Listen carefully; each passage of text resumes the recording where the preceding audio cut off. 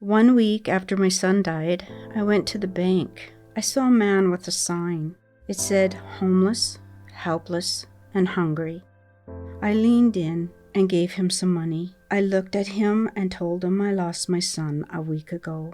He asked, "Do you mind telling me who your son was?" He teared up. Lee used to help him all the time. Lee went to college and worked for 2 years as a human service worker, so he was always supporting other people. When he broke his back at 16, the doctor put him on oxycodone. After that, he kept searching for that same feeling. He only found it with heroin.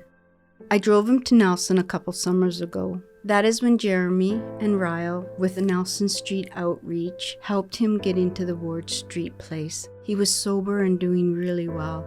I was visiting him from Fernie as much as I could afford given my work schedule.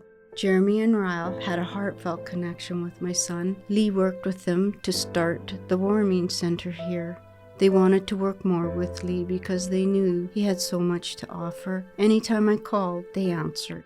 We would go for coffee. I don't know if this is a typical outreach program, but I knew they were there for me too.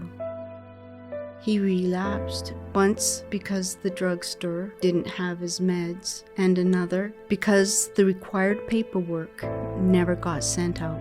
Those mistakes have huge impact on someone who is addicted.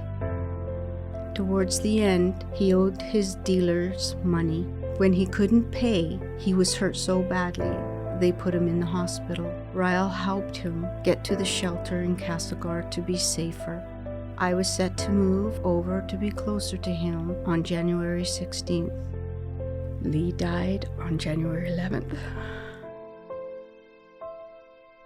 I asked Ryle, "Why do you think my story is worth telling here?" He said, "You never gave up."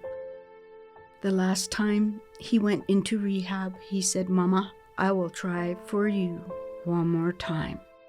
Jeremy and Ryle at Nelson Street Outreach held a celebration of life for Lee. I couldn't attend. We were in lockdown because of COVID.